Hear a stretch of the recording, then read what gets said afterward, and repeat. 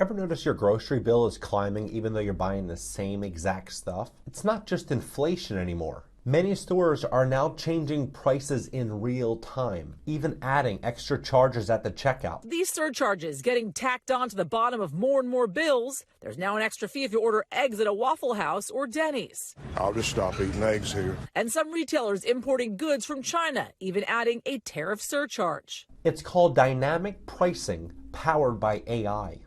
Dynamic pricing is where a retailer is constantly changing the price of a product or a service. If there's more demand, they may raise the price.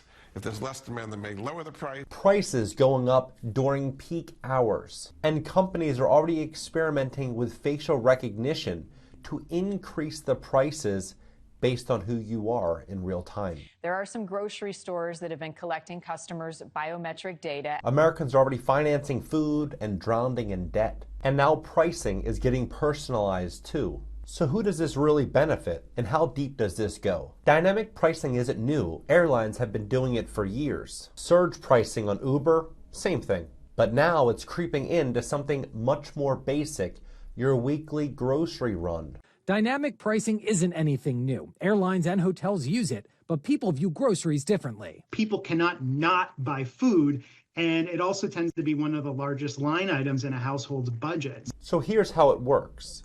Instead of having a fixed price on a specific item, stores will use algorithms to increase or decrease pricing based on demand, time of day, or how busy the store is. That $4 orange juice at 9 a.m., it might be $4.50 by noon. And these aren't just pilot programs anymore. A European tech company is rolling out digital shelf tags across entire American grocery stores. Danovation Technologies is a provider of digital smart labels powered by an automation technology that lets companies automate their labeling, pricing, product information, and promotions in real time.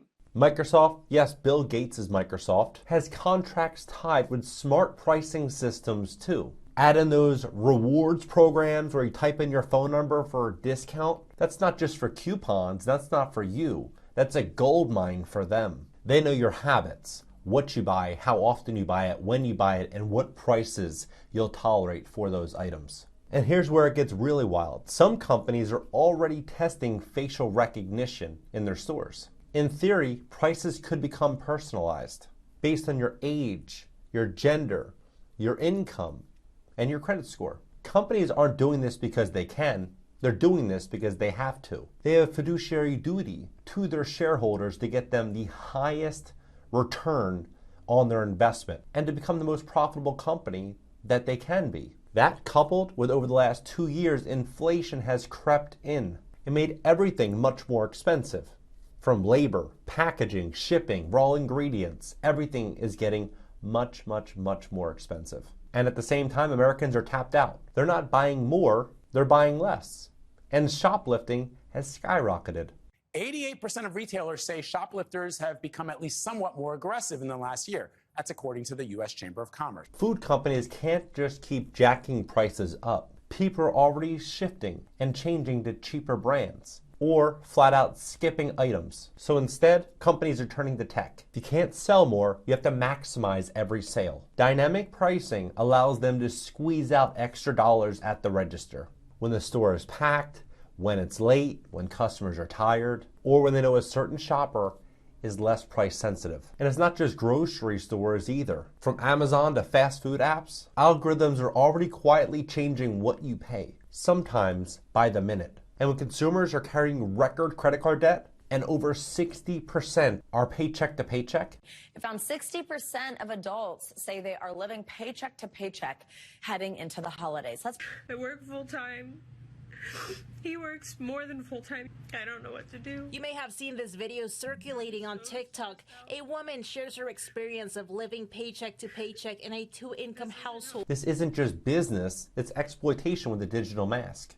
This is the part that no one really wants to talk about. But we need to, because the truth is, many people are already financing their groceries on installment plans. Buy now, pay later isn't just for electronics and shoes anymore. Walmart and Target both offer buy now, pay later services at the checkout. That's how tight things have gotten in America. People are literally making installment payments for groceries and eggs, and it's become the new normal. And this isn't just a fringe thing, it's surging. Klarna alone announced a 22% increase in grocery store purchases of buy now, pay later in just the last year. Not because people want to, they have to. And at the same time, credit card debt just exceeded $1.3 trillion for the first time ever. Americans are struggling with the rising cost of everyday items, falling behind in some cases on expenses like car loans and credit cards. And interest rates are brutal. Interest rates on most credit cards are about 22 to 25%. For retail credit cards, north of 30% interest. People are swiping plastic just to survive, and then drowning in interest. Now, food inflation might have cooled off a little bit recently, but wages, they're not keeping up. The damage was done in 2022 and 2023. People's budgets are stretched, their savings gone. And now, dynamic pricing is about to make grocery store purchases feel like an airfare purchase. Think about that. You walk into a store after 6 p.m. after work, and because it's peak hours, the price of your dinner just went up 10%. It's not just inconvenient. It's a new system in a moment where millions are already struggling just to stay afloat. So what happens when you mix AI, facial recognition, and pricing algorithms with a desperate population trying to eat? You get something that feels less like a grocery store and more like a casino. In the coming years, experts believe we will see hyper-personalized pricing, not just based on time of day, but based on you, what you buy, and how loyal you are, and even how much the system thinks you can pay. And that's where it gets dangerous, because it's no longer about the value of the item. It's about the value from the perspective of the person buying it.